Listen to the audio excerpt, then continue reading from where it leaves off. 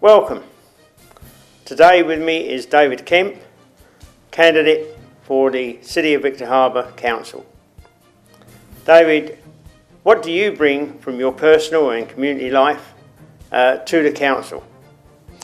My career, my history, or where I've come from, is a 33-year career in the South Australian Metropolitan Fire Service. I rose to the rank of Commander, which is part of the executive team, and I sat on the board of directors of the Fire Service Credit Union. I gained qualifications in a graduate certificate in applied management and a graduate diploma in executive leadership. The functions I had to undergo at the fire service was look at corporate governance, emergency management and departmental management on a day-to-day basis to run and provide to the community of South Australia an effective and efficient fire service. Good governance of council, what does that actually mean to you? One of the major functions of what I did in the fire service was governance, corporate governance. And what that taught me and what it showed me is what is required to ensure that the operations of the fire service and part of a public sector administration with government was that you had to ensure that you're spending public's money. It's done in the correct fashion and find efficiencies and to provide a good service. Governance is about, to me, an elected member is the governing body of council. They are there to ensure that the administration carry out the actual functions of the annual plans and procedures and policies are all in place to ensure that happens. And that's the elected member's role, is to ensure that that happens. Over the last 4 years, there's been many instances of disharmony in the council. Your views? I've witnessed and I have visited council meetings on a regular basis and I observe what's happened within the chamber, and I personally feel, and this is only my personal belief, that there was a power struggle going on with the elected members. For whatever their personal reasons were, it's about their personal power base to promote themselves above everything else. And I don't know why they would do that, considering that when they made election promises that they work for the community and they'll do all the things, but they seem to have forgotten what they had said.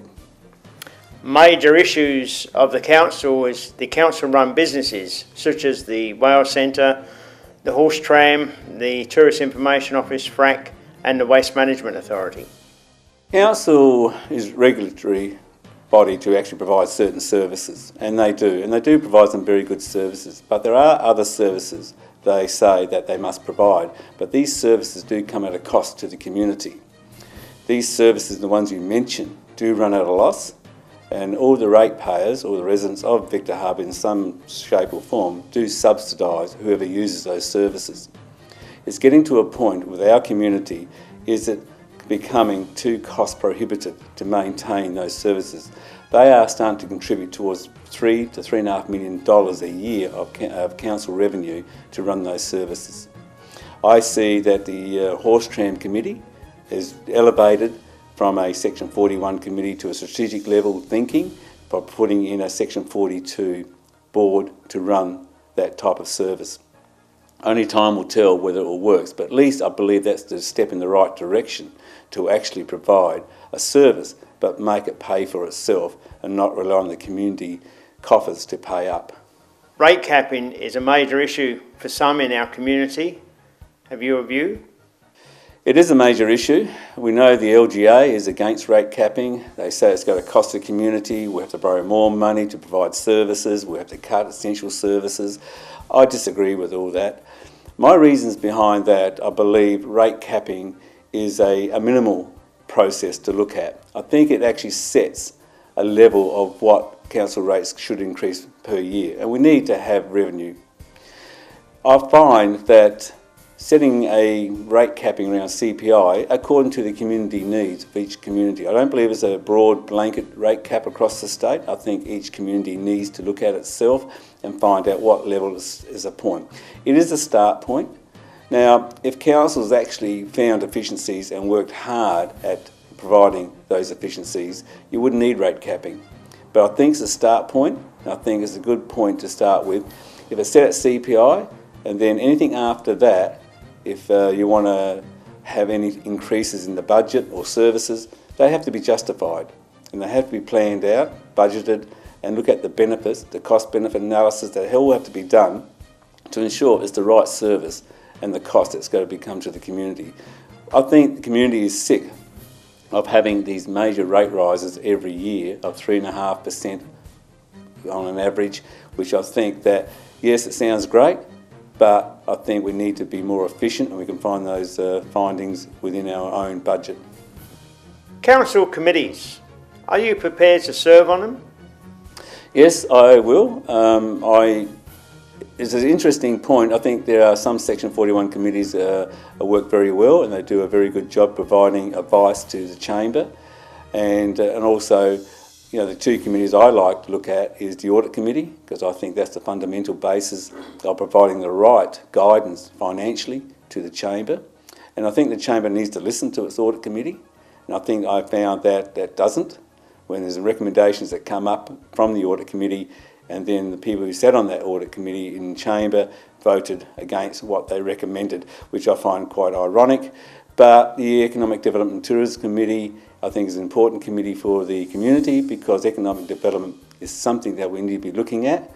Not just tourism is part of it, but economic development for the community, to bring in families, to bring in jobs, to create a welfare system, not so much a welfare system down here, but a system which, you know, gives people the ability to actually live here and work here. Council community forums, do you think they would be worthwhile?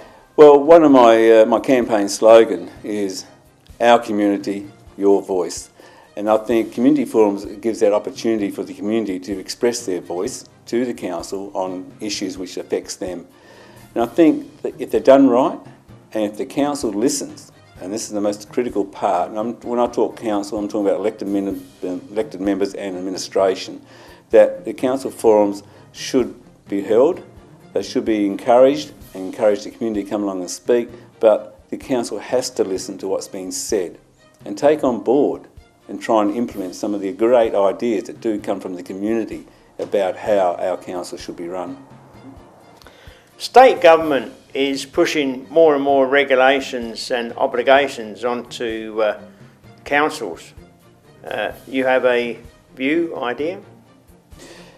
It's one of those situations we find with a three-tiered level of government in this country: federal government, state government and local government. It's all cost shedding. The federal do it, the states are doing it to the local governments.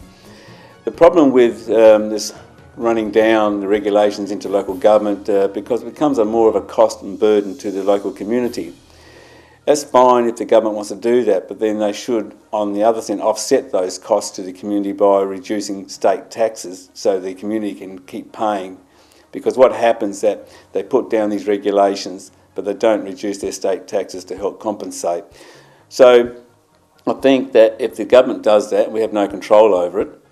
I think we need to have a conversation. I think there's got to be a balanced approach to how these regulations are put, and they're cost sharing to the community. State government is pushing more and more regulations and obligations onto the council. What is your view? History has shown in the past that local government used to do all the planning and development approvals themselves. For whatever reason, the government has taken that away from councils on major developments. And I think that what the government's trying to do is approve the major developments, and also to give council back the local developments in the way of housing and those type of community issues. So I think that there has to be a conversation between government and state government on any major developments within your community, and I think there's got to be an agreement, not just the government making their decision without consultation back to the local government, and which the local government then would go back to its community. David, thank you. Can you give us a 20-second summary of why our viewers should vote for you? As I said before through this interview, that I have certain principles and values which I want to bring to the table. I have certain expertise and qualifications which I believe will be assistance in the chamber, working with the administration and working for the community. And I said the 4 key areas that I'm working on to improve on performance of council is economic development, financial prudential accountability, asset management and governance. Authorised by David Kemp, 30 Clipper Court in Counter Bay, South Australia, spoken by Terry Andrews and David Kemp.